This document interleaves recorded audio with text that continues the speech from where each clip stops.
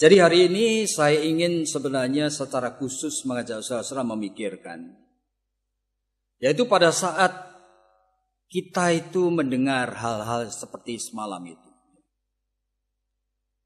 Sebenarnya lalu apa?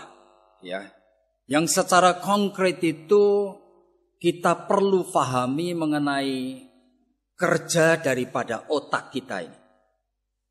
Nah, saudara, bagaimana cara kerja otak itu berpikir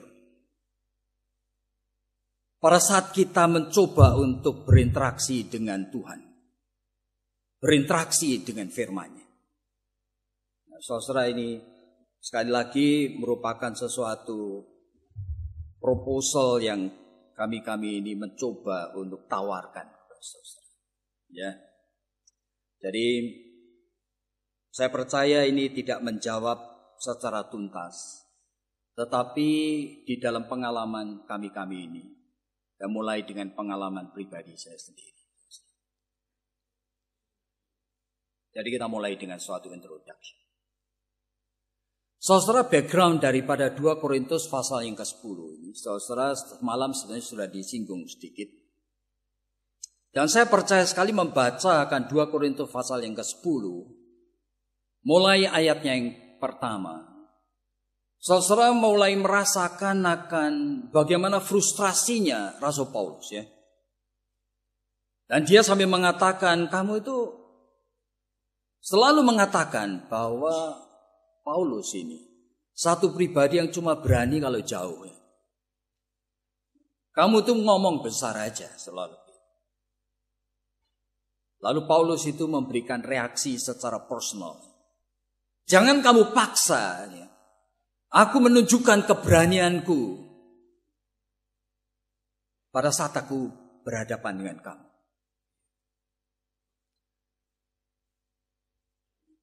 Dan dia mengatakan bahwa dia tidak memakai akan oleh karena mereka menuduh Paulus itu orang duniawi aja.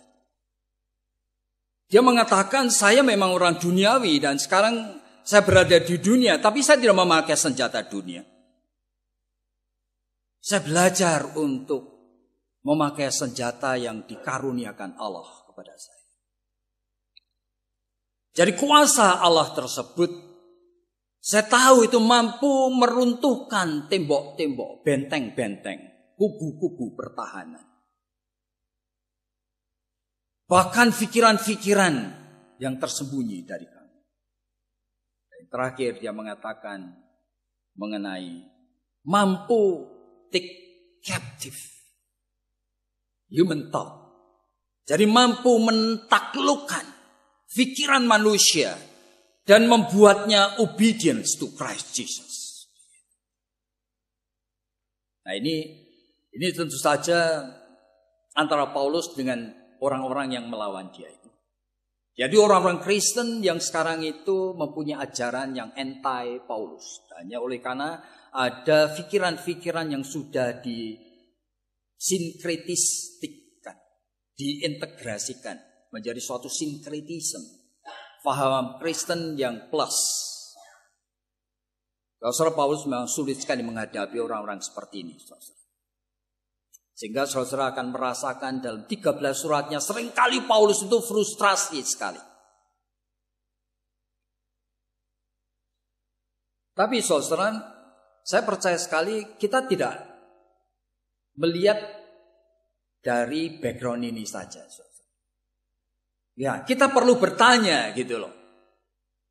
Sebelum kita itu dipakai Tuhan dengan kuasa dari para roh Tuhan untuk meruntuhkan tembok-tembok, ya kan, dan benteng-benteng dari musuh. Sebenarnya kita perlu tahu sendiri. Nah, apa yang kita alami sendiri? Apa betul bahwa roh Tuhan sudah menolong kita mengalami sehingga kita ini mampu taking captive our own thought? Jadi menaklukkan pikiran kita sendiri. Apakah kita mampu untuk make it obedience kepada Christ? Nah, itu pertanyaan itu yang akan kita coba jawab. Oke.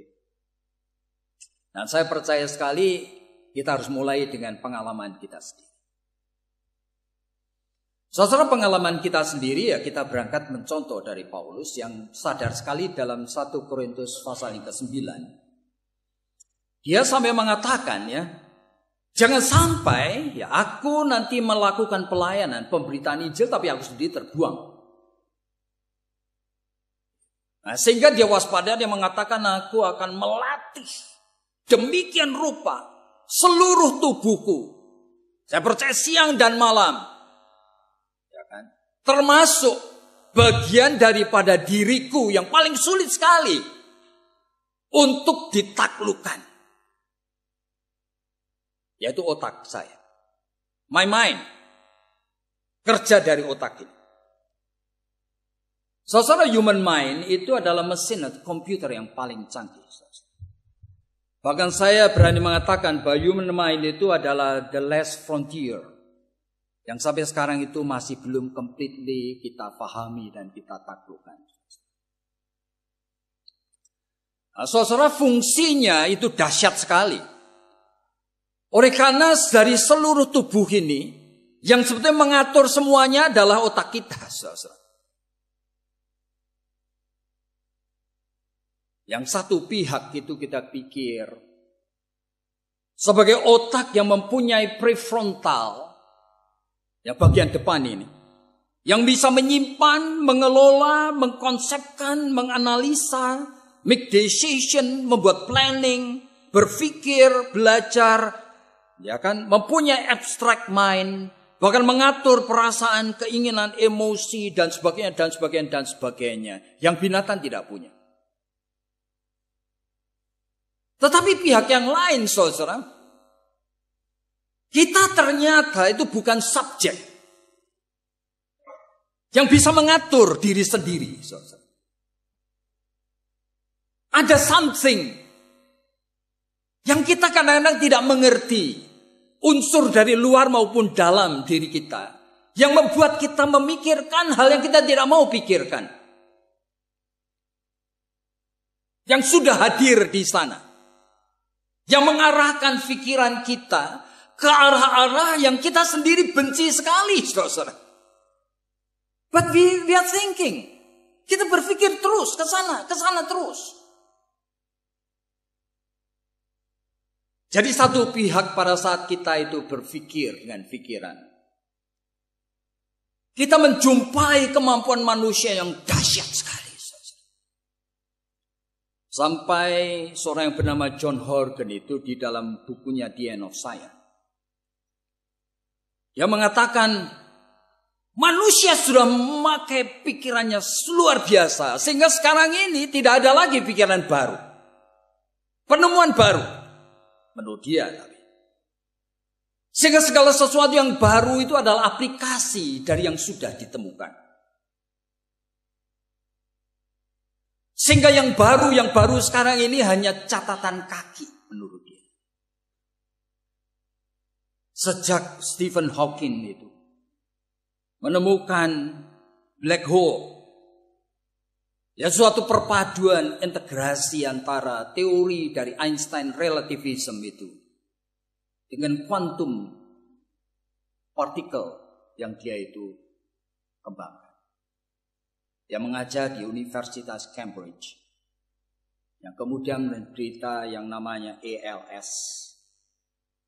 amyotrophic lateral sclerosis, suatu penyakit yang melumpuhkan dirinya dan dia tidak bisa apa-apa lagi kecuali kepalanya yang punya, dan satu jari telunjuk yang dia bisa mainkan, yang lain tidak bisa. Tapi dia masih melakukan riset terus-menerus di Amerika, saudara, melalui satu universitas di Loyola.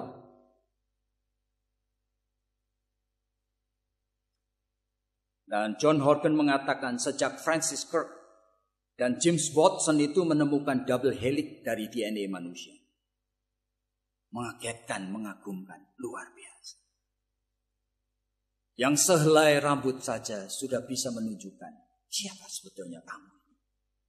Dan setiap orang mempunyai DNA yang beda. Mana ada ilmu pengetahuan yang lebih lanjut dari itu?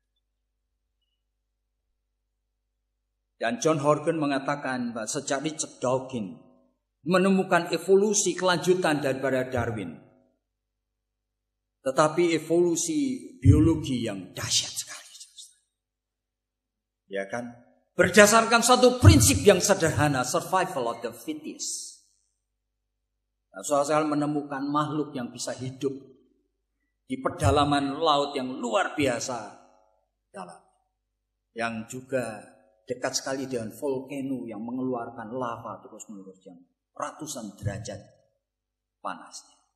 Ternyata ada jenis-jenis udang, belut, warnanya keputih-putihan yang bisa hidup di panas yang seperti itu. Oleh karena apa? Ini adalah evolusi biologi yang orang-orang Kristen takuti sekali. Jadi satu pihak, pada saat manusia memakai pikirannya itu, dia menjadi penakluk. Yang saya itu pernah dengar orang mengatakan, man can conquer the earth, the sea and the air.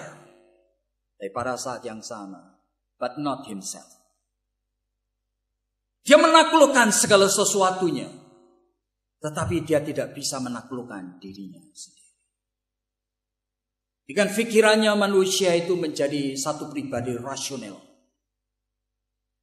conscious, dan independen. Tetapi pada saat yang sama, dia sadar sekali, saudara, manusia itu adalah pribadi yang sebetulnya itu dependent, yang unconscious,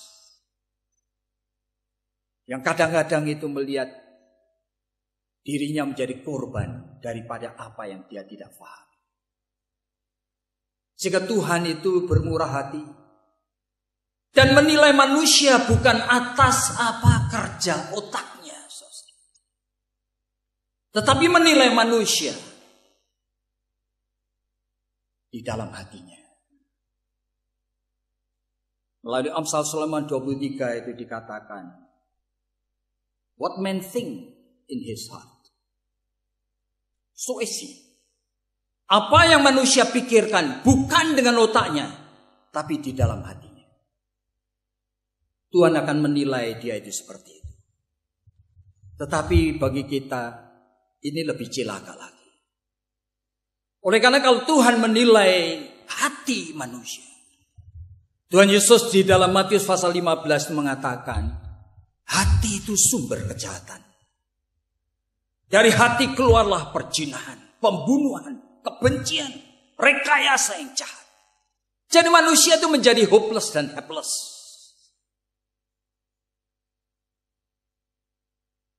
Lalu bagaimana kita ini bisa mencoba untuk mengatur akan otak kita? Saudara, ini satu sisi. Di samping itu, semalam sudah disebutkan, kita berada di dalam belahan sejarah, di mana kekristenan itu makin tidak berfungsi. Sebetulnya mulai dengan apa yang ketiga itu, Jacques Ellul, bukunya Subversion of Christianity. Dia mengamati bahwa sejak Konstantin itu menjadi Kristen, sehingga kekristenan menjadi agama. Kekristenan itu menjadi kuasa. Terus merosot kekristenan, tidak pernah naik sampai sekarang lagi. Dan saudara semalam itu tidak dibicarakan. Tetapi saya percaya itu Pak Budianto mengerti. Bahwa sebetulnya kekristenan melewati fase-fase sejarah. Yang makin lama makin menyedihkan sekali, saudara. Begitu memasuki era modern tahun 1789 sampai 1989. Sebenarnya manusia itu mayoritasnya itu sudah tidak mempercayai mempercayai core belief iman Kristen. Inti iman Kristen. Sehingga mereka masih mencari akan core belief. Tetapi mereka tuh melihat sejak abad ketiga sampai abad yang ke-18. Kehadiran kekristenan yang luar biasa bersama dengan kekuasaan dunia, pencipta budaya, segala sesuatu yang ada di dunia itu di dalam cengkraman kekristenan. Ternyata manusia tidak menjadi lebih baik. Jadi mereka itu merasa jenuh. Sehingga mengizinkan akan 5 arus filosofi itu hadir. Memberikan tawaran untuk menggantikan core belief iman Kristen. Baik itu mulai dari romantisisme, rasionalisme, empiricism, existentialism, pragmatisism. Sehingga orang-orang Kristen sendiri saat itu cenderung mencoba untuk memberi jawab untuk kegelisahan batinnya di dalam memahami Tuhan yang aneh ini. Tetapi dengan bahasa yang lain dan menemukan yang lain. Bagaimana mempercayai Allah yang Tritunggal itu? Apa itu? Apa maknanya Yesus yang inkarnasi firman yang menjadi daging itu? Di dalam realita praksis kehidupan dengan segala macam challenge itu. Manusia tidak menemukan bagaimana itu bisa dikaitkan dengan realita hidup. Jika mereka itu mencoba untuk membangun pengganti daripada core belief. Makanya seluruh Eropa itu ambles, hancur. Semua gereja ditinggalkan orang Kristen. Tetapi setelah itu memasuki era postmodern, di mana kita itu melihat bahwa di dalam era modern, manusia masih sadar membutuhkan sekali pegangan. Tetapi di dalam era postmodern, manusia tidak butuh itu. Jika kalau mereka ke gereja, Eric Fromm itu mengatakan hanya untuk mengatasi akan kegelisahan jiwanya yang ditandai dengan escape from freedom. Jadi ingin sekali bebas daripada atau melepaskan diri dari jebakan perasaan diri terlalu independen dan terlalu bebas. Mengikatkan diri ke gereja. Dan kita masuk di dalam suatu fase sejarah yang baru yang saya sebut neo-karismatik. Makin tidak berdaya. Dan kita berpikir bahwa dengan mengajarkan teologi sistematika yang kita yakini dan kita imani ini. Mengajarkan Alkitab dengan tafsiran yang kita itu banggakan. Manusia itu memberi respon yang baik. Saya percaya tidak. Oleh karena masuk di dalam neo-karismatik ini, manusia tidak butuh hal-hal seperti itu. Saudara gereja-gereja yang sangat solid sekali mengajarkan ajaran, justru ditinggalkan semua anak mudanya. Dari sekian puluh majelisnya gereja Pak Tong aja, saya kenal ada 5 keluarga. Anak-anaknya tidak mau ke gereja GRI. Saya tanya kenapa? Dan kemana kamu pergi? Ke JPCC. Kenapa kamu ke sana? Senang. Apanya yang senang? Ya senang. Oleh karena firman Tuhannya itu praktis dan mudah. Saudara, kalau saudara mendengarkan firman Tuhan yang diberitakan oleh gereja-gereja neo-karismatik, mengagumkan. Oleh karena apa? Menyenangkan sekali. Saudara seperti Hillsong di Sydney yang dihadiri oleh puluhan ribu. Saudara, khotbahnya itu barangkali 1/4 jam saja. Dan itu khotbah yang isinya etika dan moral. Tidak pernah mengkhotbahkan core belief, inti iman Kristen, tidak pernah. Tetapi isinya bagus, saudara. Khotbah yang bagus dan menyenangkan sekali. Dan sepanjang kebaktian orang menyanyi-nyanyi, main lagu-lagu yang saya khawatir kalau kita juga kemasukan ini. Oleh karena lagu-lagu yang saudara itu adopsi, saudara tidak sadar. Nanti musiknya Itu tidak bagus, saudara. Tidak beautiful song. Saudara menyanyi oleh karena kata-katanya yang bagus. Tapi bisa dinyanyikan persis seperti band dari Bon Jovi. Sehingga kedebrakan sepanjang kebaktian. Dan semua orang senang. Nah, saudara tanya pemuda-pemudi. Saya baru di Bandung ketemu beberapa majelis gereja. Yang kemudian ngomong dengan saya kalimat seperti ini. Kami tahu sekali. Kami sudah salah. Kami akan upaya supaya apa? Discipleship di dalam gereja, discipleship.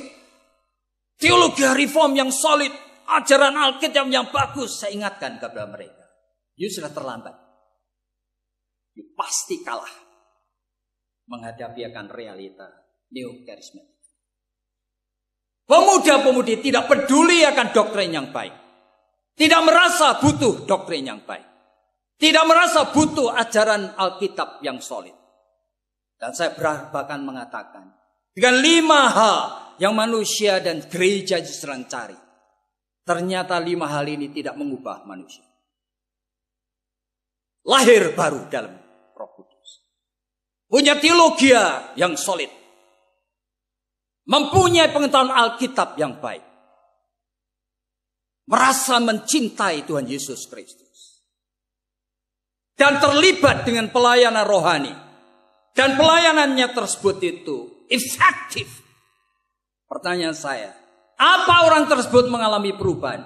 Jawabnya no. Itu sudah terbukti di dalam hidup sepanjang sejarah. Tokoh-tokoh gereja yang luar biasa. Ternyata wataknya yang lama terus seperti itu. Tidak mengalami perubahan. Itu hanya menjadi sesuatu budaya. Asumsi. Makanya saudara mesti waspada dengan sungguh. Kita menghadapi suatu arus yang menakutkan. Jadi di tengah realita kondisi otak manusia yang seperti itu. Kita berada di dalam kondisi yang seperti ini. Yang Henry Nouwen itu sebutkan nuclear man. Di dalam bukunya yang dia tulis adalah buku The Wounded Healer. Penyembuh yang dirinya sendiri sakit. Dan dia cerita mengenai realita manusia sekarang. Nuclear man. Manusia yang ramah, yang suka bergaul, suka rasanya belajar.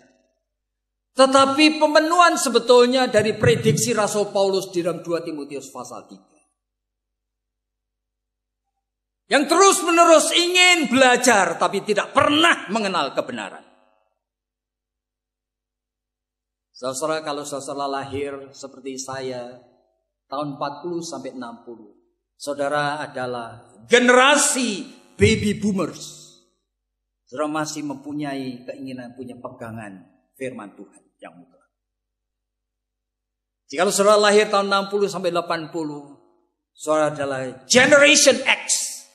Saudara tidak butuh lagi.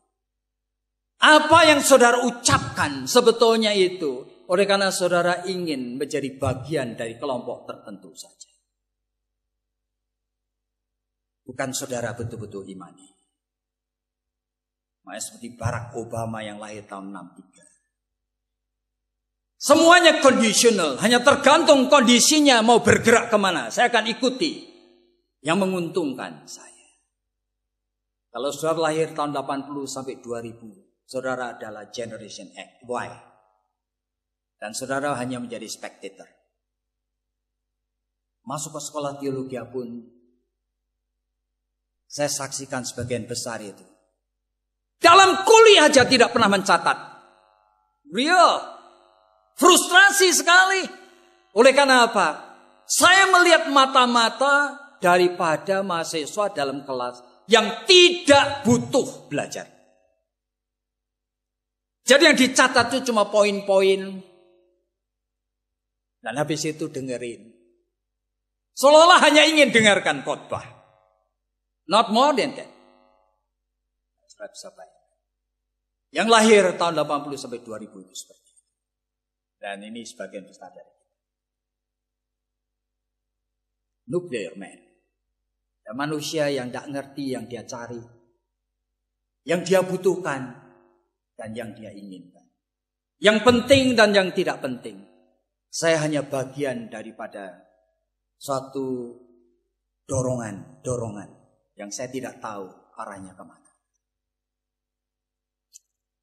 Padahal kita percaya, if Christ is not the Lord of all, then he is not the Lord at all. Nah, semalam Pak Budianto juga menyebutkan. Ya kan? Dia mengutip Abraham Kuyper. Kalau ada satu hal pun yang sebetulnya belum menjadi milik Kristus, kita harus waspada. Karena semuanya di dalam 1 Korintus pasal 6 disebutkan, kamu sudah dibeli dengan harga tunai. Setiap aspek hidup saudara dan saya seharusnya milik Kristus. Mari kita berikan kepada Kristus. Termasuk bagian yang paling sulit, yaitu otak kita. Sekarang taking captive. Bagaimana itu bisa terjadi? Kita mulai dengan yang pertama dulu, ya. Tapi sebelumnya saya ingin kita itu remember apa yang pernah saya kutip berulang kali itu. Fyodor Dostoevsky. Dia mengatakan, in the reminiscence of every human heart. Di dalam kedalaman lubuk batin manusia, there is something, ada sesuatu that one cannot reveal except to his friend. Ada sesuatu secret yang seorang tidak mungkin singkapkan kecuali kepada sahabatnya. Even though in secret, meskipun demikian dia juga hati-hati. But there is something more. Tetapi yang masih ada lagi that one cannot reveal even to his friend. Secret yang seorang tidak mungkin ceritakan, bahkan kepada sahabatnya. He or she can only reveal to himself. Dia hanya bisa singkapkan pada dirinya sendiri. Tapi Dostoevsky masih menambahkan lagi, but there is something else. Tetapi masih ada lagi secret that one cannot reveal even to himself. Yang manusia itu tidak mungkin singkapkan bahkan kepada dirinya sendiri oleh karena saking brengseknya, saking busuknya. Dan kita itu makhluk yang menyimpan kebusukan seperti itu. Dag Hammarskjöld itu sekjen PBB yang jatuh di Afrika beberapa puluh tahun yang lalu. Dia mengatakan kalimat ini, if you are not aware of the animal inside us. Kalau kita tidak sadar mengenai natur binatang yang hadir di dalam jiwa kita, we will be an animal indeed. Kita betul-betul akan menjadi binatang. Setelah kita menyadari itu, apa sih sebetulnya kita itu lakukan untuk making captive our thought? Kalau jangan heran. Yang pertama, kita perlu sadar bahwa mau making captive, we may experience it. Kita bisa mengalami itu. The victory of taking captive our own thought. Kalau apa? We train our mind to work even beyond the boundaries of our traditional domain of faith. Jikalau saudara berani untuk melatih pikiran saudara, untuk mulai memikirkan hal-hal yang sebetulnya itu bukan area daripada iman saudara saja. Jadi jangan menjadi orang Kristen yang memakai akan kacamata kuda, yang hanya mau memikirkan Alkitab, Tuhan, kekristenan. Waduh. Saudara, saya percaya kita mulai berani untuk tahu pikiran yang sebetulnya ada di dalam otak saudara. Dan saudara mulai berani melatihnya. Apa ini? Seolah-olah Tuhan itu mengatakan seperti ini. You will never be able to take captive your own thought. Kamu tidak mungkin mampu bisa menaklukkan pikiranmu sendiri. If you are not familiar with the mind of sinners, kalau kamu itu tidak kenal pikiran dari orang-orang berdosa, kenapa kok sampai seperti itu?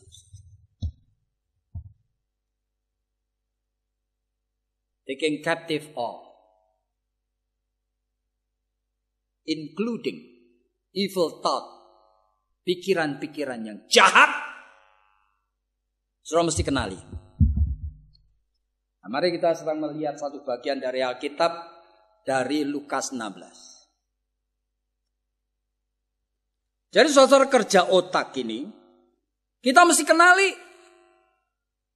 Dan sekarang bagaimana saudara bisa membiarkan otakmu dikuasai oleh kebenaran?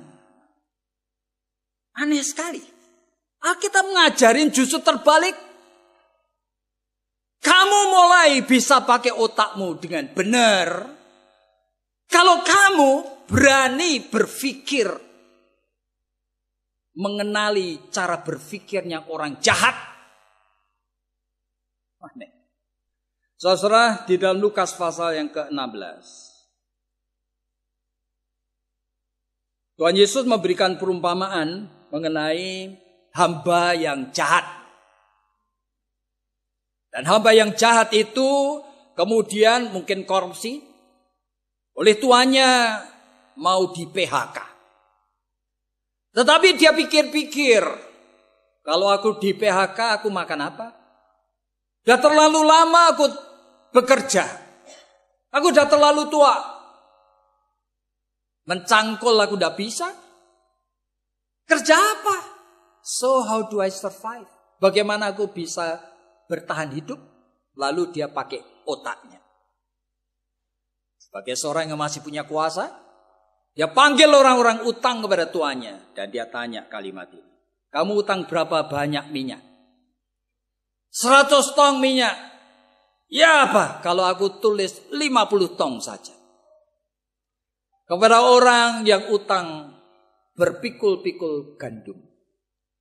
Lalu ditanya, berapa banyak kamu utang sama Tuanku? 100 pikul. Bagaimana kalau aku tulis 80 aja? Sederhana sekali. Tetapi licik dan pintar orang ini. Dan Yesus mengatakan, anak gelap ini lebih pintar dari anak terang. Lalu kalimatnya seperti ini, saudara. Ayatnya yang ke-9. Dan aku berkata kepadamu, ikatlah persahabatan dengan mempergunakan mamon yang tidak jujur. You make friend. Supaya jika mamon itu tidak dapat menolong lagi, kamu akan diterima dalam kemah abadi. Aneh sekali. Kemudian teruskan ayatnya yang ke-10. Barang siapa setia dalam hal perkara yang kecil, ia setia juga dalam perkara yang besar. Dan barang siapa tidak benar dalam perkara kecil, ia tidak benar juga dalam perkara yang besar. Lalu dia mengatakan, jadi jikalau kamu tidak setia dalam hal mamon yang tidak jujur, siapa yang akan mempercayakan kepadamu harta yang sesungguhnya? Dan jikalau kamu tidak setia dalam hartanya orang lain, siapa yang akan mempercayakan kamu sendiri, menyerahkan hartamu sendiri kepadamu? Tuhan ngomong apa? Hati-hati di sini. Saudara, jikalau kita tidak setia kepada mamon yang tidak jujur, kalau you tidak berani make friend, sampai kamu kenal sungguh-sungguh, ya kan? Pikirannya, caranya merekayasa ketidakjujuran itu, pikirannya yang jahat itu.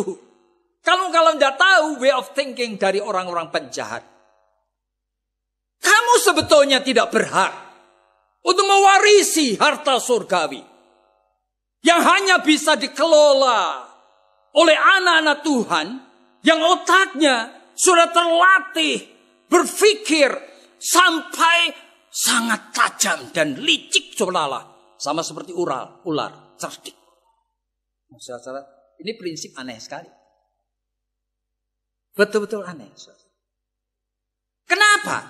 Oleh karena Tuhan ingin kita tahu bahwa pikiran jahat maupun pikiran baik sama-sama menggunakan otak. Kenapa? Kamu itu hanya mau memikirkan yang baik-baik tok. Nah ini persoalannya. Bukan berarti Tuhan mengajarkan kamu berpikir jahat. No. Tuhan berpikir kamu harus mengenal. Makanya kalau semalam itu disebutkan bermacam-macam aliran yang jahat. Justru kan bagi saya jangan dihindari. You belajarlah kenal. You harus mencoba mengerti motivasi behind that. Bagaimana pikiran itu berkembang. Memakai variabel apa berkembang sampai seperti itu. Bagaimana pikiran yang jelek itu mempunyai influence bisa mencipta sejarah. You harus kenali. You jangan hindari. You jangan lari kepada doa dan puasa. You tidak berhak untuk siap mewarisi harta surgawi yang hanya bisa dikelola dengan pikiran yang sudah biasa dilatih tajam sekali.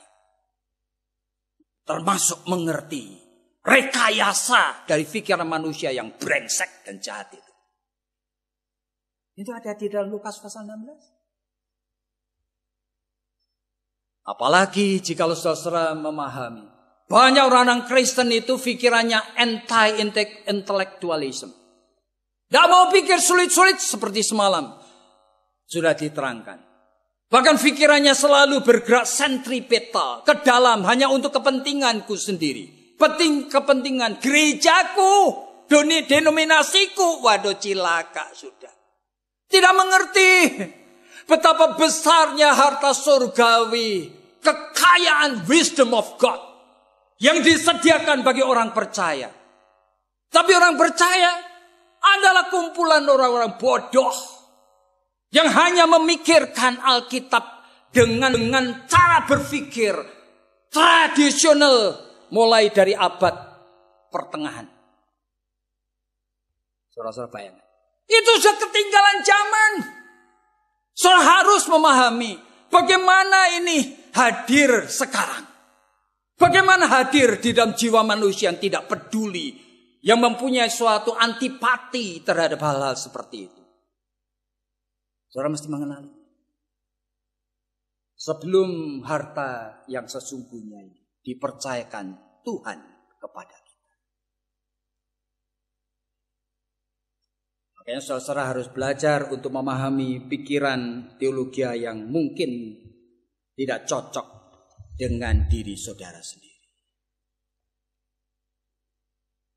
Saudara nanti kita akan bicarakan. Saudara, beberapa waktu yang lalu saya membaca tulisan dari Budiarto Sambasi. Saudara tahu ya, dia tuh menulis mengenai Raja Wali yang ngepret. Sebetulnya dia tuh mau berbicara dengan sindiran itu kepada Menko Kemaritiman itu, Rizal Ramli, ya kan? Lalu dia mengatakan kalimat menarik, saudara. Seharusnya Yusuf Kala itu aware, sadar. Apa yang sebetulnya Rizal Ramli ini seperti Raja Wali biasanya ganas kan mencaplok maksud dimasukkan mulut. Tapi dia cuma ngepret sana, ngepret sini gitu. Bikin gelisah seluruh manusia di Indonesia. Apa sih ada di dalam pikirannya Rizal Ramli? Kenapa dia memakai cara seperti itu? Siapa yang diuntungkan oleh Rizal Ramli? Waduh, itu kalimat-kalimat itu bagi saya penting sekali. Nah, jikalau saudara mengerti pikiran-pikiran, motivasi dan tujuan. Yang menurut saya licik dia. Tapi pintar sekali. Dan dia berhasil. Berhasil mencipta trust. Aneh sekali. melalui cara seperti itu mencipta trust. Kenapa you tidak mau belajar dari orang seperti ini? Kita harus bisa membedakan. Mengenai Budiarto itu mengatakan, the song is different from the singer. Jadi apa yang dikatakan itu tidak selalu sama dengan orangnya. Jangan kamu jadikan sama. Ada something.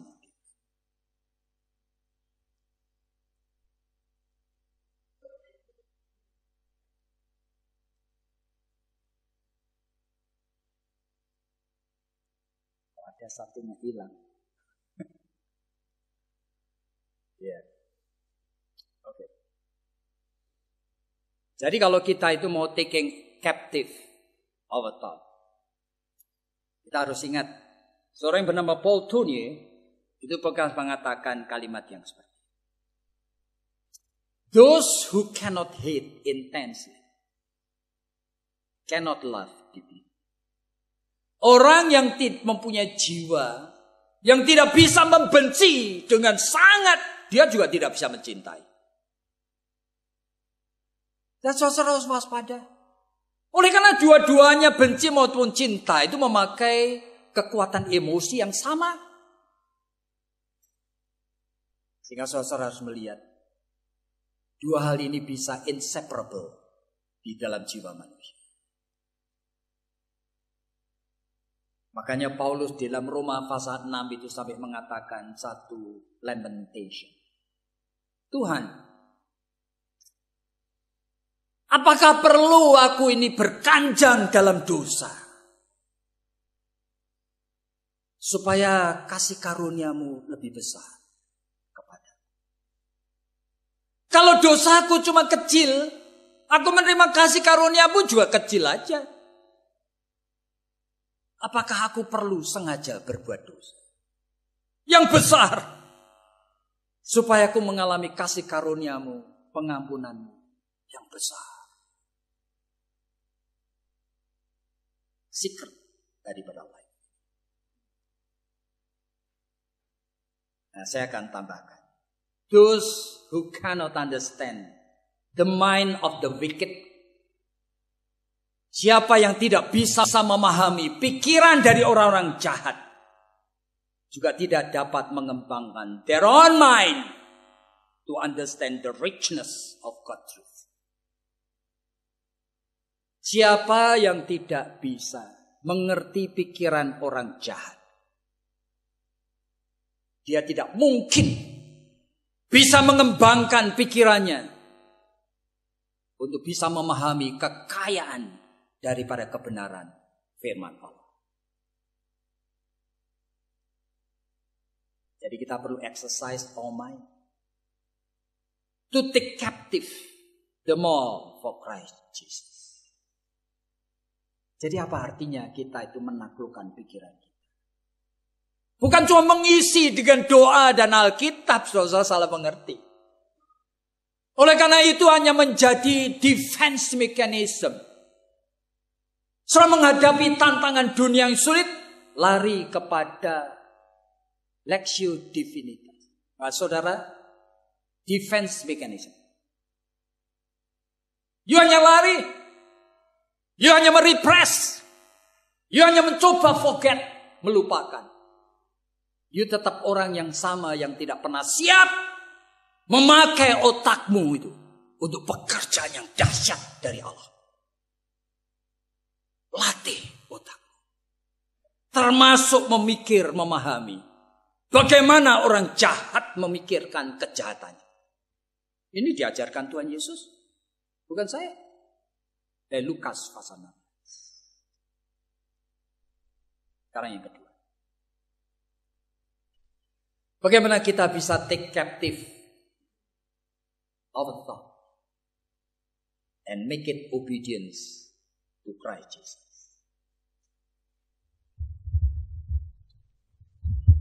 Saudara, we may experience the victory of taking captive our thoughts.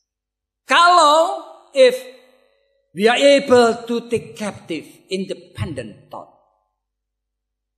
that has freedom in itself. Saudara, dalam pikiran kita Ada pikiran-pikiran yang berdiri sendiri. Saudara tidak bisa kuasai. Yang punya kebebasannya sendiri. Wah, dahsyat sekali. Yang dikatakan oleh Pak Budianto kemarin itu. Antara lain memori masa lalu. Saudara mungkin bisa kuasai oleh karena punya independensinya sendiri. Yang saya sebutkan the unconsciousness. Dan saudara tahu. Dalam kuliah-kuliah di STTRI. Kita terus mengulang hal ini. Setiap saat manusia punya 3 macam kesadaran. Consciousness. Pre-consciousness yang setengah sadar. Yang ada di dalam otak kita yang kita bisa recall, kita bisa keluarkan setiap saat. Tetapi kita seringkali belum butuhkan pre-consciousness. Tapi kita tidak lupa. Tetapi yang lebih menakutkan adalah unconsciousness. Yang kadang-kadang itu sudah mengambil bentuk yang lain. Barangkali oleh karena rasa tidak aman. Barangkali oleh karena menyimpan anger. Barangkali oleh karena jiwa yang terus gelisah. Dan sebagainya. Kadang-kadang bentuknya sudah menjadi suatu dorongan perjinahan. Waduh, saya mempunyai klien itu seorang hamba Tuhan yang ngomong dengan jujur kepada saya. Bahkan saya duduk di gereja kebaktian. Dan di depan saya majelis yang lain. Pak, sorry ya. Di tengkuknya itu, rambutnya keriting, Pak. Saya itu langsung pikirannya kepada fantasi seksual yang kotor. Gila. Saya tidak bisa menghindar. Saya mau konsentrate firman Tuhan. Ini sudah hadir. Makanya kita mengerti. Kenapa Paulus mengatakan, dalam diriku ada 2 macam hukum. Secara sadar dengan akal budi aku ingin memuliakan Tuhan. Tetapi ada hukum darah daging yang terus menyeret aku ke dalam perhambaan dosa. Aku manusia celaka. Kecuali Yesus yang bisa menyelamatkan. Jadi yang kedua ini. Taking captive independent thought. Yang mempunyai freedom in itself.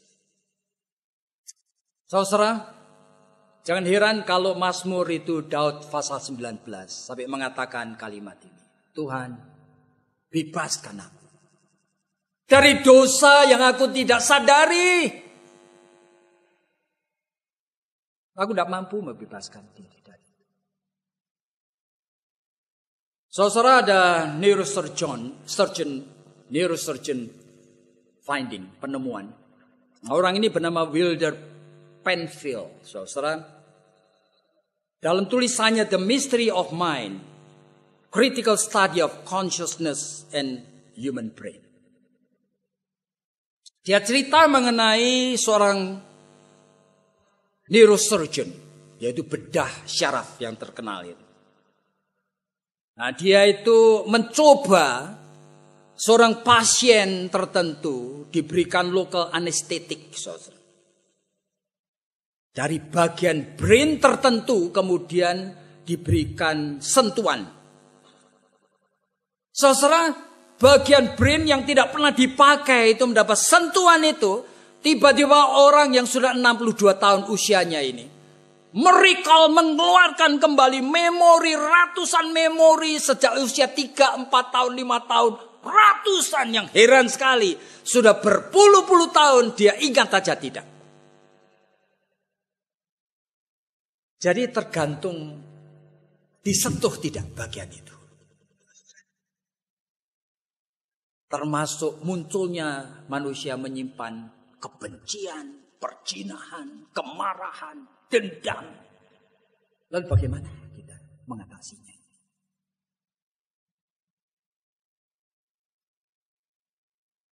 Saudara, sekarang ini berkembang suatu ilmu yang baru yang disebutkan neuroteologi. Jadi teologi ya, yang berdasarkan kekayaan daripada ilmu pengetahuan neurologi. Wah, hebat sekali. Seorang yang bernama Andrew Newberg, itu direktur riset dari Myrna Breed Center for Integrative Medical. Nah, dia itu kemudian memakai 3 kelompok populasi. Yang pertama itu adalah Franciscan nun. Jadi suster-suster Fransiskan. Diminta pada saat doa. Lalu yang kedua adalah Tibetan monk. Jadi orang-orang rahib dari Tibet pada saat meditasi. Yang ketiga adalah Pentecostal leader. Orang-orang Pentekosta pada saat speak in tongue. Lalu 3 orang ini, dia memakai sesuatu approach yang dia sebut sebagai single photon emission computed tomography. Itu istilah yang dia pakai. Yang menginjeksikan suatu jenis chemical di otaknya yang bisa nanti memberikan gamma rays, jadi cahaya gamma. Di bagian mana dari otak ini yang elektriknya itu bekerja pada saat mereka mengaku berkomunikasi dengan God. Nah, itu 3 kelompok tadi. Tibetan monks. Lalu Franciscan nuns. Lalu penemuannya menarik, saudara. Oleh karena ketiga-tiganya pada saat ngaku mereka sedang dekat sekali dengan God, dengan Allah. Ternyata justru di frontal lobe, di tempat otak itu bekerja untuk berpikir, itu paling lemah, saudara. Blood flow-nya. Jadi flow dari blood ke sana itu paling sedikit, hampir tidak ada. Justru pada saat berinteraksi dengan God, ya disebut Allah gitu ya. Pada saat meditasi, pada saat doa, ternyata blood flow di area itu yang paling tidak ada.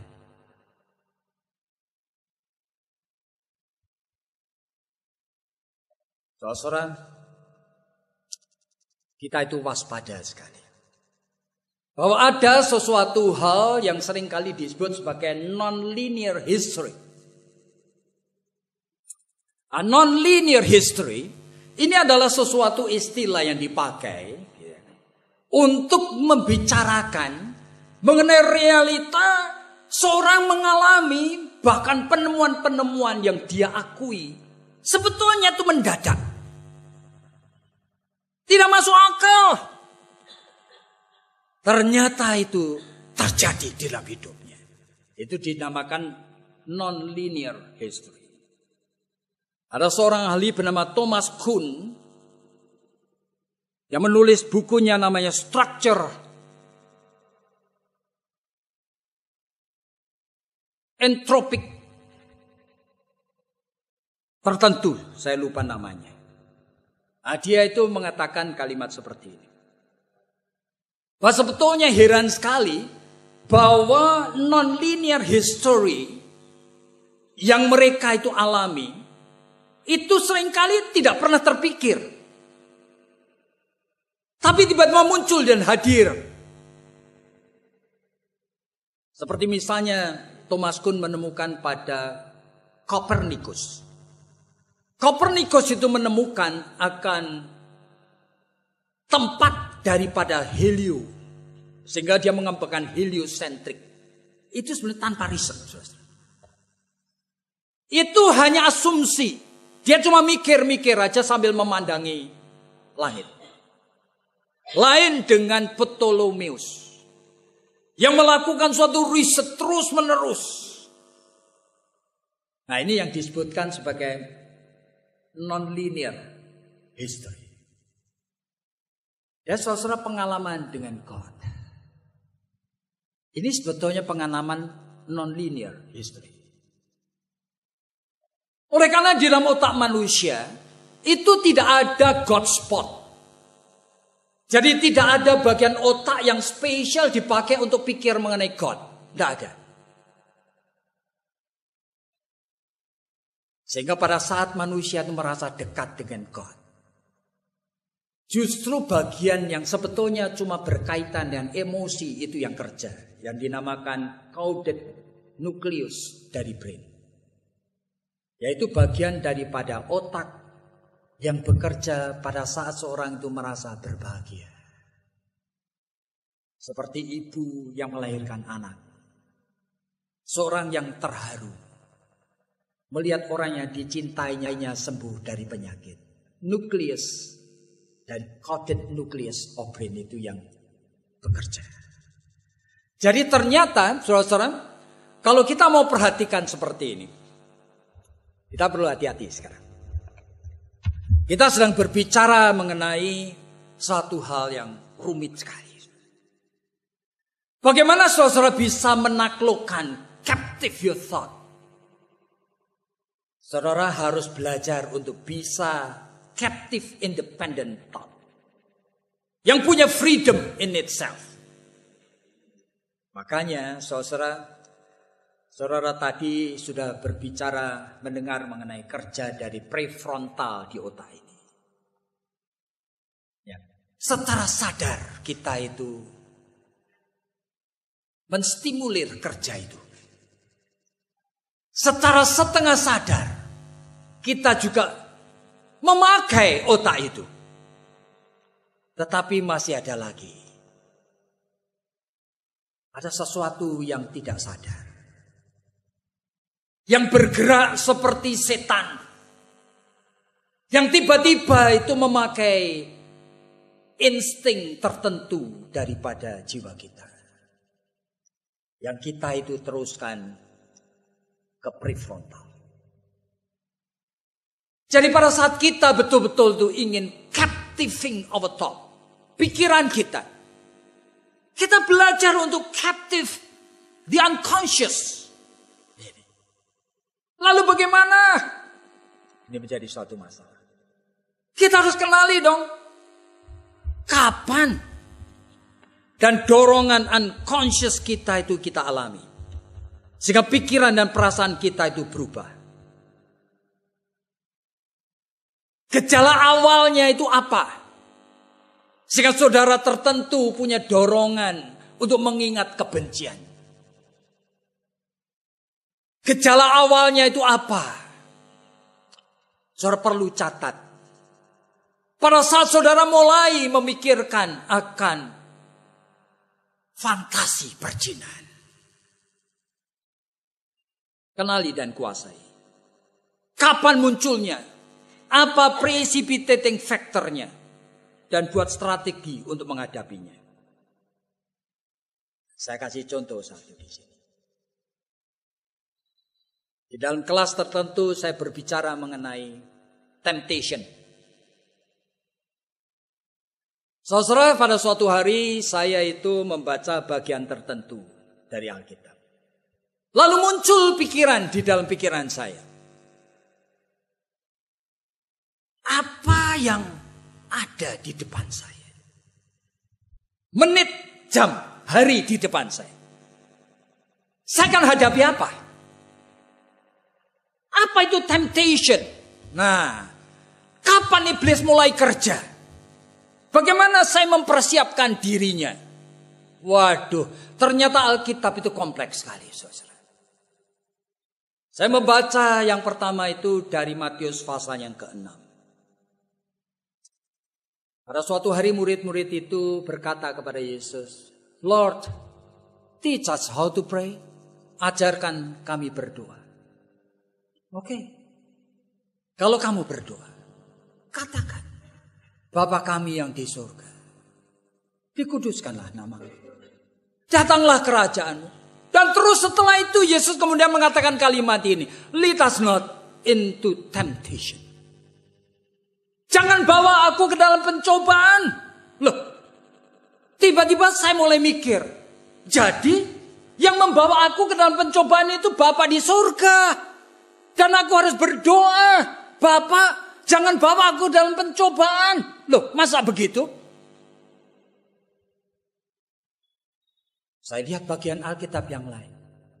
Yakobus pasal 1 mengatakan bahwa Allah itu tidak pernah mencobai.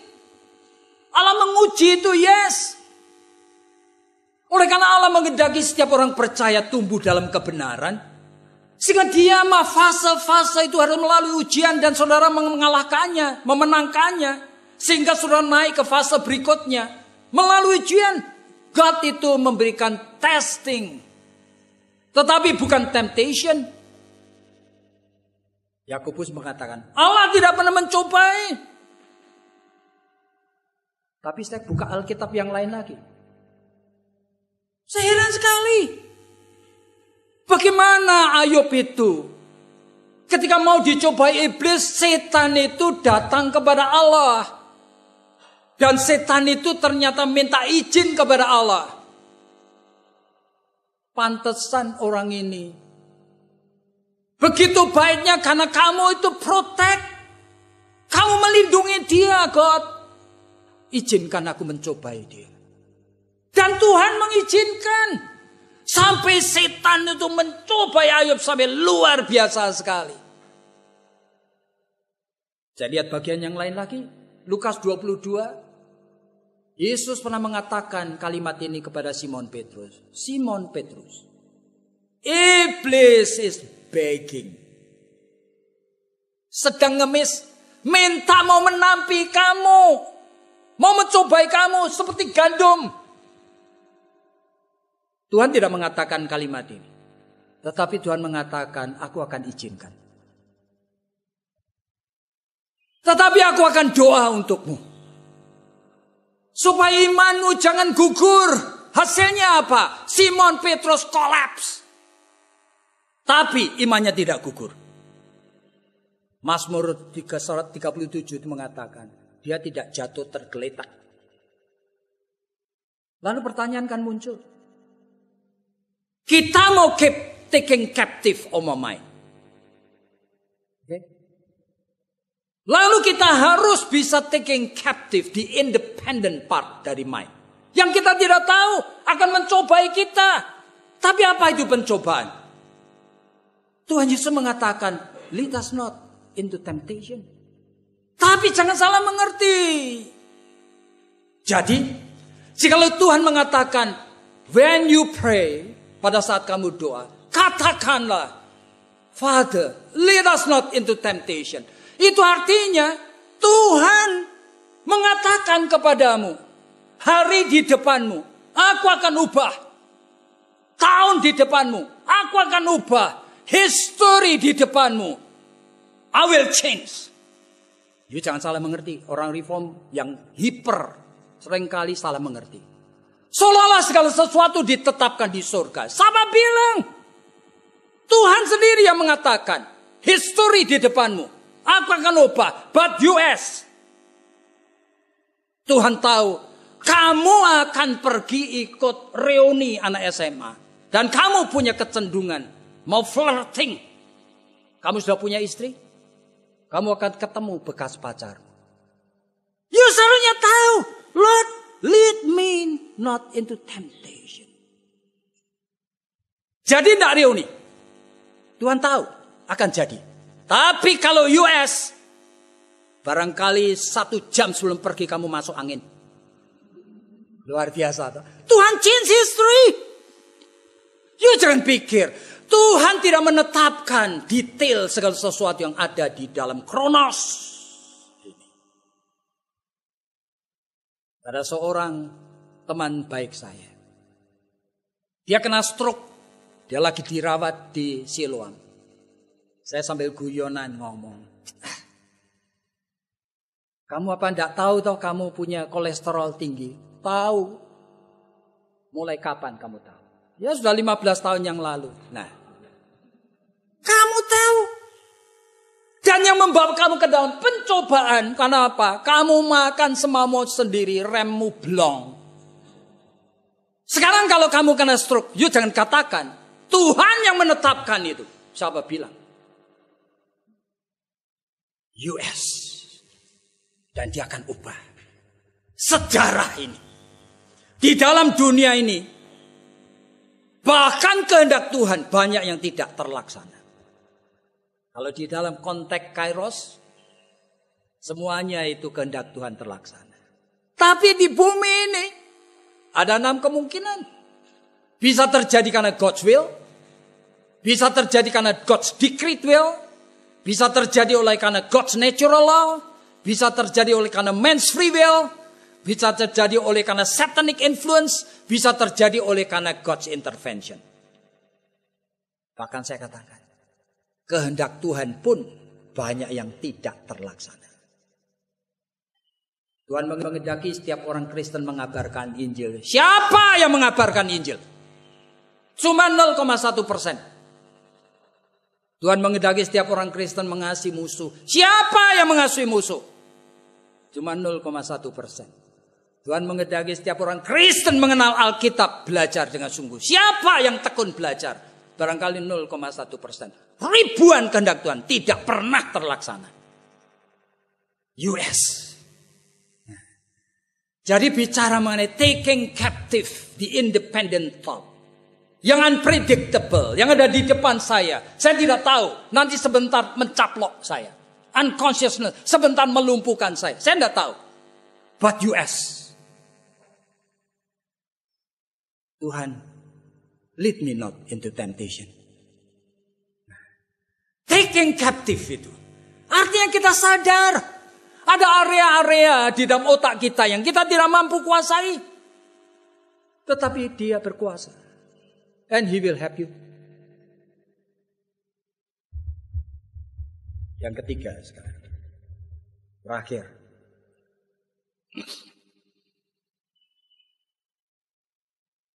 Kita may experience the victory of taking captive our thought.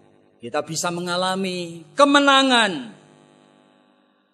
Menaklukkan pikiran kita. If we are able to take captive. Kalau kita bisa menaklukkan the inevitable substitute of our own spiritual need. Sebetulnya kebutuhan spiritual kita yang kita tidak bisa penuhi. Selama ini kita sudah mendapatkan penggantinya. Ya. Saudara, kebutuhan kita untuk merasakan, mengalami indahnya cinta kasih Allah dalam Kristus. Artinya pengampunan yang sejati. Apa itu pengharapan? Apa itu sukacita? Apa itu pengucapan syukur? Waduh, saudara, ribuan akan hal-hal indah yang diajarkan Alkitab. Saudara tidak pernah miliki secara full. Tetapi saudara sudah miliki melalui jalur tidak resmi. Nah, hati-hati ini. Ya. Melalui jalur tidak resmi. Nah, ya, sejak menjadi orang Kristen, sebagian besar dari kita mendambakan pengalaman kebenaran firman yang menolong kita menjadi orang Kristen yang lebih baik. But we fail. Tapi tadi, saya ingin sekali punya pengalaman tersentuh dengan sukacita surgawi. Saya ingin sekali punya pengalaman terharu sehingga saya bisa mencintai mamiku, papiku, anakku. Saya ingin sekali punya pengalaman pengharapan di tengah kesulitan. Tapi melalui jalur yang resmi saya tidak dapat. Lalu saya memakai jalur yang tidak resmi. Menemukan substitute. Apa ini, saudara? Nah, saudara perhatikan di sini. Kenapa kita seperti itu dulu? Oleh karena Tuhan yang kita sembah ini adalah Tuhan yang misterius. Dan pada saat kita bergaul dengan Dia, kita tidak melihat kaitan langsung dengan hidup kita sehari-hari. Nah, kenapa saya menyebutkan misterius? Kemarin Pak Budianto juga sudah mengatakan, tapi dari konteks yang beda. Saudara, seperti misalnya Yohanes pasal yang ke-14. Itu salah satu murid Yesus itu berkata, yaitu Filipus, Tuhan, Engkau berulang kali menyebut Bapa, Bapa. Tunjukkan Bapa itu kepada kami, supaya kami mengenal Dia. Lalu Yesus itu ngomong apa? Filipus, sudah begitu lama engkau bersama dengan aku, dan engkau tidak tahu? Engkau melihat aku, melihat Bapa. Oleh karena Bapa di dalam aku di dalam Bapa. Waduh, sulit sekali, saudara. Bagaimana saya ini punya main ini? Sampai bisa mengenal Kristus dan Allah Tritunggal yang ajaib itu. Oleh karena Dia begitu misterius, saudara. Dan kalaupun saya kenal dan mengakui, apa kaitannya dengan hidup nyata? Masih ada gap, saudara. Makanya kebutuhan kita akan firman ini. Sebagian besar kita penuhi melalui sarana lain. Saya jujur, misalnya film. Saudara, saya dalam perjalanan kemarin menengok anak dan cucu saya. Saya di pesawat nonton beberapa film. Karena tidak ada kerjaan, nonton terus lah. Gelap-gelap gitu, nonton terus. Karena semua lampu dimatiin. Salah satu film itu film Korea, saudara. Yang namanya Ode to My Father. Yaitu pujian kepada ayahku. Saudara, ini cerita yang sebetulnya disutradarai oleh Yoon Ye Kyun. Sampai ditonton lebih dari 35 juta orang Korea pada saat pertama kali dikeluarkan. Kan hebat sekali. Saya nonton, saya menangis berkali-kali. Saya tidak pernah mendengarkan khotbah yang membuat saya mengerti gitulah. Hubungan saya dengan mama saya itu mempunyai aspek-aspek yang menyentuh seperti itu. Yang film itu menolong. Saya menangis. Bagaimana seorang anak gitu yang mempunyai adik dan berjuang menyelamatkan adiknya dan hilang adiknya. Itu orang-orang North Korea yang sedang di-evacuate untuk ke South Korea. Memakai kapal besar, saudara. Dari Hungnam di sana. Ke Busan di Korea, saudara. Dan ternyata adiknya itu ketinggalan, saudara. Kemudian, waduh, bagaimana seorang kakak itu bingung. Ayah itu sampai rela berkorban, saudara. Bagaimana keluarga kecil ini mencoba survive gitu. Saya kadang-kadang melihat saya sudah berpuluh tahun menjadi orang Kristen. Tidak pernah ada khotbah membuat saya menangis terseduh-seduh. Terharunya. Saya mengerti bagaimana itu arti kesetiaan. Saya tidak pernah mendengar dari khotbah. Sampai menyentuh itu dalam sekali. Apa itu artinya sukacita bertemu kembali dengan adiknya yang hilang, yang sekarang sudah diadopsi oleh orang Amerika. Menonton di TV itu, ya pertemukan gitu. Betul, adikku itu. Oleh karena dia masih membawa potongan kain daripada bajunya yang sobek gitu. Kemudian keluarga bertemu, yang satu sudah tidak bisa bahasa Korea lagi. Karena diadopsi itu. Bagaimana air mata itu mengalir. Dan kemudian suatu fase sejarah yang berbeda. Saya melihat ayah yang berjuang luar biasa seperti ini. Setelah membesarkan. Tetapi kemudian menjadi tua. Dan dianggap itu tidak berguna. Sampai menjadi bahan tertawaan bagi cucu-cucunya. Dan saya melihat dia itu sedang duduk tersendiri di dalam kamarnya. Sementara yang lain sedang tertawa terbahak-bahak guyonan. Saya mengerti sekali. Saya tidak pernah mendapatkan berita dari firman Tuhan yang menyentuh sampai dalam sekali. Saya dapatkan dari film. Saya menonton film akan Little House on the Prairie ini. Barangkali seri yang panjang itu dari yang Ronald Reagan itu pakai koleksi. Saya puluhan dari film itu saya juga menangis. Oleh karena apa? So beautiful. Keluarga Amerika yang sederhana seperti itu. Saudara. Jadi apa poinnya? Bagaimana kita ini sebetulnya? Di dalam kehidupan kita sebagai orang Kristen. Saudara, tanpa sadar. gereja, firman Tuhan tidak pernah secara tuntas memenuhi kebutuhan batiniah saudara dan saya. Saudara mau menghayati cinta kasih Tuhan, hanya teori di awang-awang. Saudara tidak pernah mendapat sentuhan. Apa artinya itu love of God? Kecuali melalui film. Lalu bagaimana? Makanya perlu kita itu berpikir beda sekarang. Saya mengajar sistematikan sejak di saat malam. Lebih dari 40 tahun. Dan saya percaya sekali apa yang menjadi prinsip yang selalu diulang-ulang. Mulai dari Agustin dan sebagainya. Orang itu perlu gratia. Baru dia akan noticia. Mengenali. Baru setelah itu asensia. Dia mengakui bahwa itu benar. Tetapi ada sesuatu yang hilang. Yang saya tulis di sini. Experience. Seringkali tidak dibicarakan. Bagaimana sebetulnya kita mengalami. Bagaimana kita mengalami itu loh. Apa yang menjadi kebenaran itu. Oleh karena setelah itulah baru kita itu mempunyai fiducia. Iman. Tapi experience. Makanya perlu integrative approach. Saya sebagai salah satu dosen juga sistematik. Saya melihat sistematik itu maha penting. Tidak boleh orang tidak sistematik, harus tahu. Tetapi tidak otomatis memberi pengalaman. Ya harus hati-hati di sini. Sistematik itu hanya menghasilkan sebetulnya itu knowing about God. Dia tahu tentang Tuhan. Tetapi belum mengalami.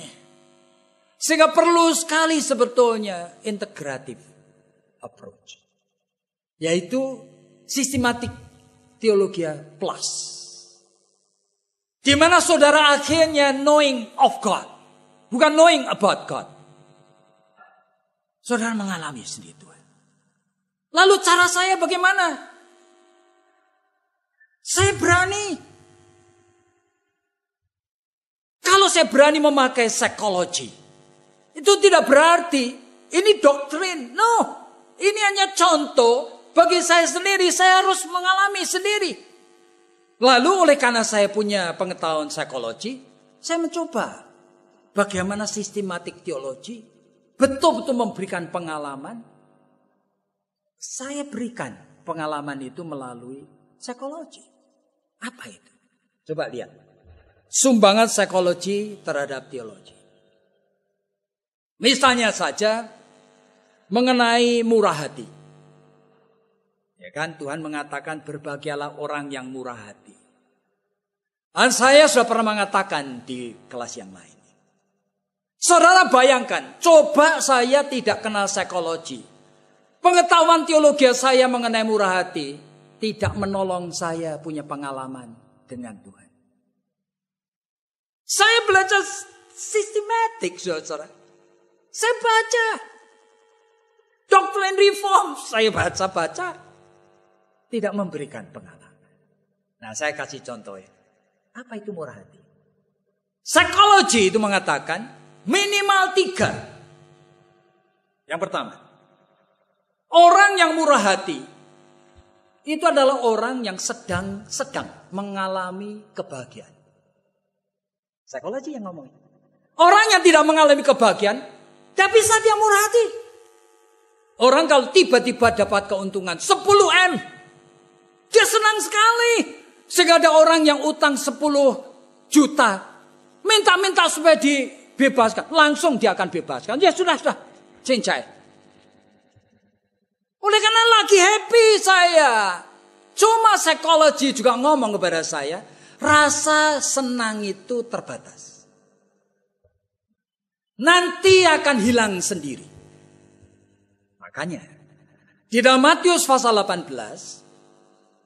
Tuhan memberikan contoh ini. Ada seorang raja yang hambanya utang kepada dia 10.000 talenta. 10.000 kali berapa? 35 kilogram emas.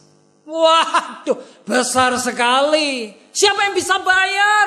Tapi raja ini kasihan, akhirnya dibebaskan. Sukacita luar biasa. Cuma Alkitab tidak menulis kalimat ini. Rasa sukacita itu barangkali 1 jam, 2 jam dimiliki orang ini. Tidak sebut, tapi saya yakin pasti sukacita. Tapi cuma kira-kira 1-2 jam. Kemudian sukacita ini kempes. Nah, begitu kempes, dia pas jalan di pinggir jalan, ketemu akan orang yang utang sama dia 100 dinar. Tapi sukacitanya sudah kempes. Psikologi yang ngomong. Tidak mungkin. Dia masih sukacita, orang ini dicekik dan ngomong, bayar utangmu. Tidak mungkin. Saya belajar psikologi, saya berani mengatakannya. Tidak mungkin. Jadi sukacitanya sudah hilang, cekek dia. Kamu bayar utangku. Nah, saudara. Jadi psikologi menolong saya mengerti, murah hati itu terbatas waktunya. Saya kenal dengan seorang dan dia kena penyakit kanker. Sudah berobat ke Amerika, ke Singapura, kemana, tidak bisa sembuh. Pada suatu hari, dia mendengar ada dokter Malaysia. Yang kebetulan dokter kanker ini menerima kunjungan seorang ahli kanker dari Jerman. Yang sedang membuat riset khusus mengatasi kanker jenis itu. Jenis yang teman saya alami. Lalu teman saya dengar. Dia menawarkan diri oleh karena mencari siapa yang mau jadikan kelinci percobaan. Tidak bayar. Mau dia. Risikonya mati. Mau. Kemudian ditreat, 2 minggu kemudian kansernya bersih. Luar biasa sekali. Ketemu saya setelah 1,5 tahun setelah peristiwa itu. Ketemu saya ceritanya tuh masih, wah, bukan main. Cuma saya tanya, kamu tahu nama dokter itu? Apa kamu masih kontak sama dia? Diam dia. Oh ya enggak. Jadi enggak tahu di mana dia tinggal? Enggak. Rasa terima kasih sudah kempes. Kalau dia terima kasihnya masih dipelihara. Orang ini sudah menyelamatkan nyawaku. Waduh, Natal yang lalu dia akan kirim hadiah 100 juta rupiah untuk rasa terima kasih. Tapi rasa terima kasih psikologi mengatakan waktunya terbatas. Kapan orang menjadi murah hati? Tergantung waktunya. Psikologi yang kedua. Saya tidak belajar dari teologi ini. Dari psikologi. Yang kedua. Siapa orang yang murah hati? Adalah orang yang punya kaitan pribadi dengan orang yang tersebut. Yang dia murah hati. Ya, kalau tidak ada kaitan pribadi, dia tidak murah.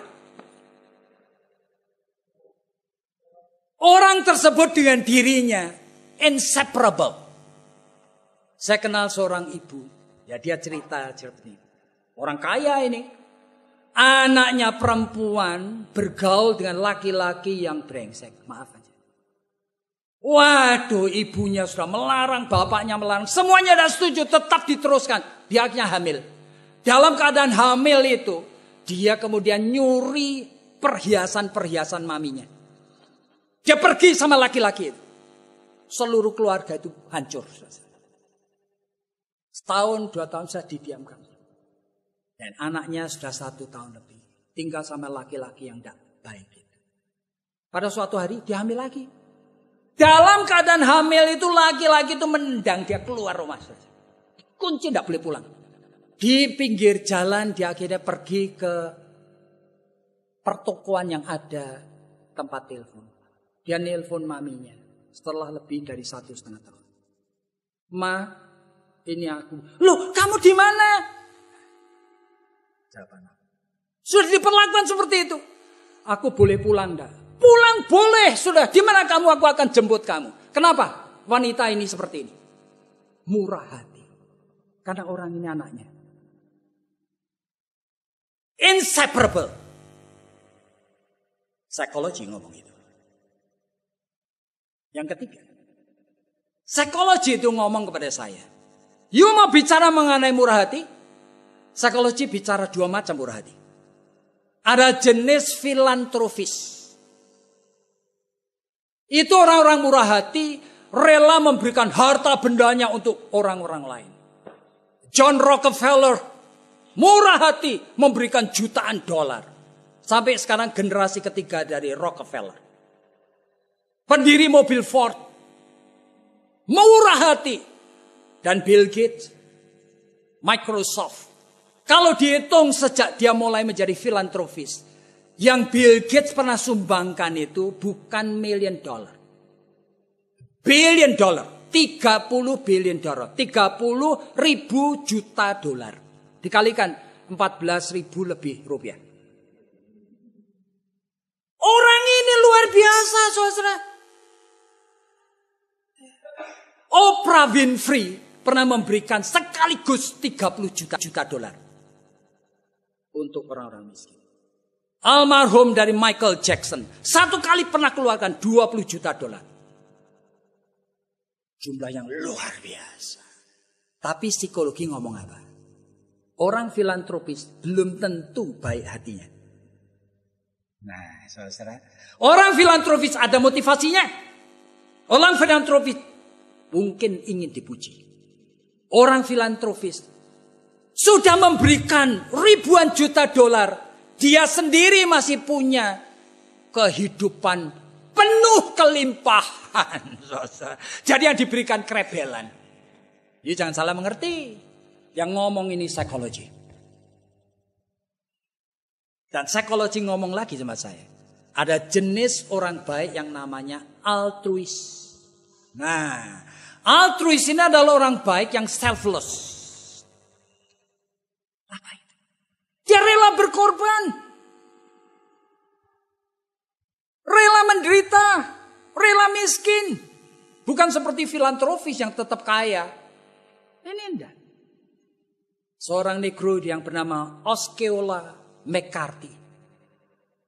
Orang negro ini pada usia 12 tahun. Mama papanya sudah meninggal dunia. Miskin sekali akhirnya hidup dari mencuci pakaian tetangga. Semua hasilnya dikumpulin. Sekarang, sampai 80 tahun sudah tidak kuat nyuci. Masuk nursing home. Itu pun dengan biaya pemerintah. Jadi nursing home kelas kambing. Miskin, kotor, bau. Tinggal di sana. Berdasarkan social security. Umur 88 tahun. Tiba-tiba dia menghibahkan uang. Hasil yang dikumpulkan sejak 12 tahun usianya. Jumlahnya 150 ribu dolar. Dikasihkan kepada University of Southern Mississippi. Untuk beasiswa anak-anak negro yang miskin. Lalu orang kan datang ke dia. Osceola, kamu kan butuh uang. Ditanya, apa punya pakaian bagus? Cuma satu, disebut bagus, pada belinya sudah 10 tahun yang lalu. Satu yang dipakai ke gereja. Apa pernah pergi restoran? Tidak pernah. Apa pernah jajan ice cream? Tidak pernah. Tidak ngerti rasa es krim. Ini altruis. Saudara, setelah saya belajar psikologi, saya mulai mengerti sekarang. Kalau Tuhan mengatakan, blessed are those who are merciful. Aku ngerti sekarang. Sebelumnya saya tidak ngerti. You mau menghina psikologi? Bodoh sekali kamu. Oleh karena psikologi itu memberikan kekayaan pengetahuan mengenai manusia. Dan kemudian saya baru ngecek teologi. Teologi ngomong apa? Blessed are thou. Nah, kalau disebutkan blessed are thou, itu jangan kamu pikir merciful itu bisa usaha manusia. Teologi ngomong, setiap kali Alkitab mengatakan berbahagialah engkau, itu oleh karena it's only by grace. Kepada Matius pasal 16 ketika Yesus mengatakan, menurut kata orang siapa aku ini? Wah, lalu menurut kata kamu siapa aku ini? Tiba-tiba Petrus mengatakan, engkau Mesias, anak Allah yang hidup. Blessed are thou, Simon Bar-Yona. Karena yang ngomong bukan kamu, tapi roh Bapakku. Sehingga pada saat membaca, blessed are those who are merciful. Saya dengan psikologi melihat kekayaannya. Saya dengan teologi mengerti maknanya. Psikologi tidak boleh menjadi isi. Psikologi itu cuma pelengkap. Tetapi tanpa psikologi, how poor dia. Saudara bodoh sekali. Kalau saudara menganggap psikologi itu tidak penting. Oleh karena realitanya ini merupakan sesuatu. Thank you sudah diingatkan Pak. Oke, jadi dengan demikian kita mulai masuk di dalam ini. Nah, saya akan teruskan sedikit saja. Jadi kita melihat sebetulnya masih ada beberapa hal. Nah, dengan integrative approach kita seharusnya itu bisa Nah, saya terpaksa tidak jelaskan ini lagi karena sudah. Sekarang saya akan teruskan dengan jelaskan yang lain. Loh? Ya.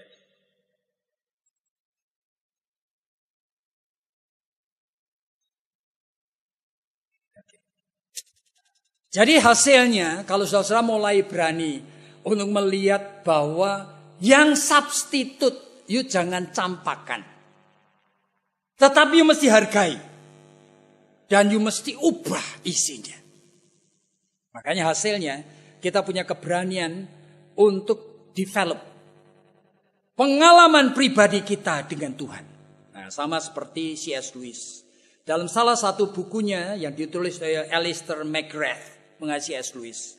Dia menulis misalnya antara lain, kenapa C.S. Lewis itu menulis mengenai Narnia. Saudara dia mengatakan kalimat yang menarik kali. Maaf.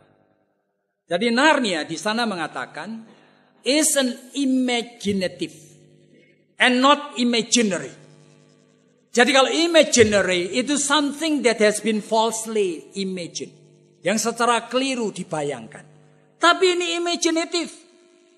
Imaginative ini something produced by human mind yang dihasilkan oleh pikiran manusia as it tries to respond to something greater than itself. Lebih besar dari dirinya sendiri. Human mind is the struggling to find image adequate to the reality. Saudara, saya belajar dari C.S. Lewis ini. Saya melihat bahwa C.S. Lewis ini mencoba mengenal Allah yang dahsyat dari Alkitab ini. Memakai bahasa orang dewasa tidak bisa dia. Dia tidak mengerti bagaimana caranya, saudara. Sehingga dia itu kemudian masuk di dalam suatu pengalaman yang menarik. Ada kalimat yang dituliskan itu di sana, the more imaginative a mythology, the greater its ability to communicate more reality to us.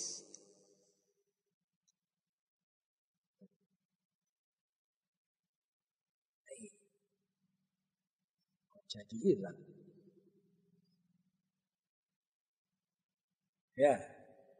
Jadi God's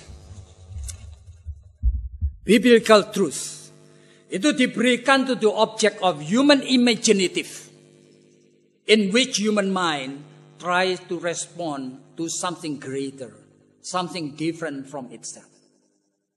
Jadi apa yang dilakukan C.S. Lewis? Dia ingin sekali kenal Allah yang dahsyat itu, memakai bahasa dan teologianya orang dewasa tidak bisa dia. Pada suatu hari dia membaca buku dari temannya Tolkien mengenai Hobbit, yaitu yang kemudian difilmkan menjadi Lord of Rings dan sebagainya. Itu suku bangsa anak kecil, dia mengatakan Tolkien ini sama-sama profesor di Oxford, saudara. Dan dia pada suatu hari lelah sekali untuk mengkoreksi akan hasil-hasil ujian dari murid-muridnya. Kemudian dalam termenung dia itu berimajinasi seperti anak kecil. Lalu dia mengatakan, di belakang daun yang flat ini, ketika aku buka ada lubangnya. Aku melihat makhluk tertentu. Aku masuk di dalam, aku ketemu suatu kampung Hobbit. Nah, dari dia mulai mengarang cerita Hobbit itu, saudara. Dari sana, dia kemudian menemukan karakter-karakter tertentu. Kejujuran, perjuangan, dan sebagainya. Ini yang memberikan imajinasi kepada C.S. Lewis. Sehingga dia itu mulai membayangkan itu. dengan bahasa yang lain. Yaitu bahasa anak kecil. Narnia. Membahasakan Yesus itu sebagai singa Yehuda itu ya. Yang dahsyat itu. Yang bagaimana peperangan rohani seperti anak kecil. Ternyata bagi dia helpful. Menolong dia. Sehingga dia itu tergetar-getar.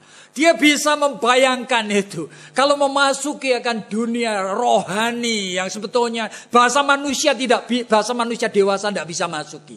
Dia memakai bahasa anak kecil. Ya kan? Dan inilah yang sebetulnya saya ingin saudara perhatikan. Karena apa? Karena orang-orang schizofrenik pun, orang sakit jiwa, itu mempunyai pengalaman kadang-kadang itu imaginatif seperti ini. Misalnya Pablo Picasso, Vincent van Gogh.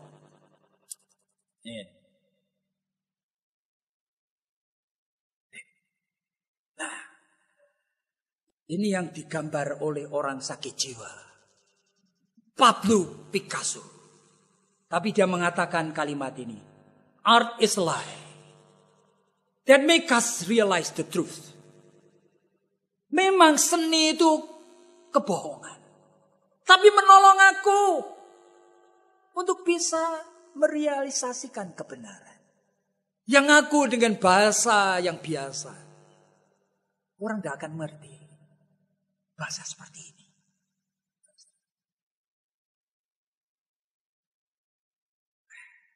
Tidak muncul ini.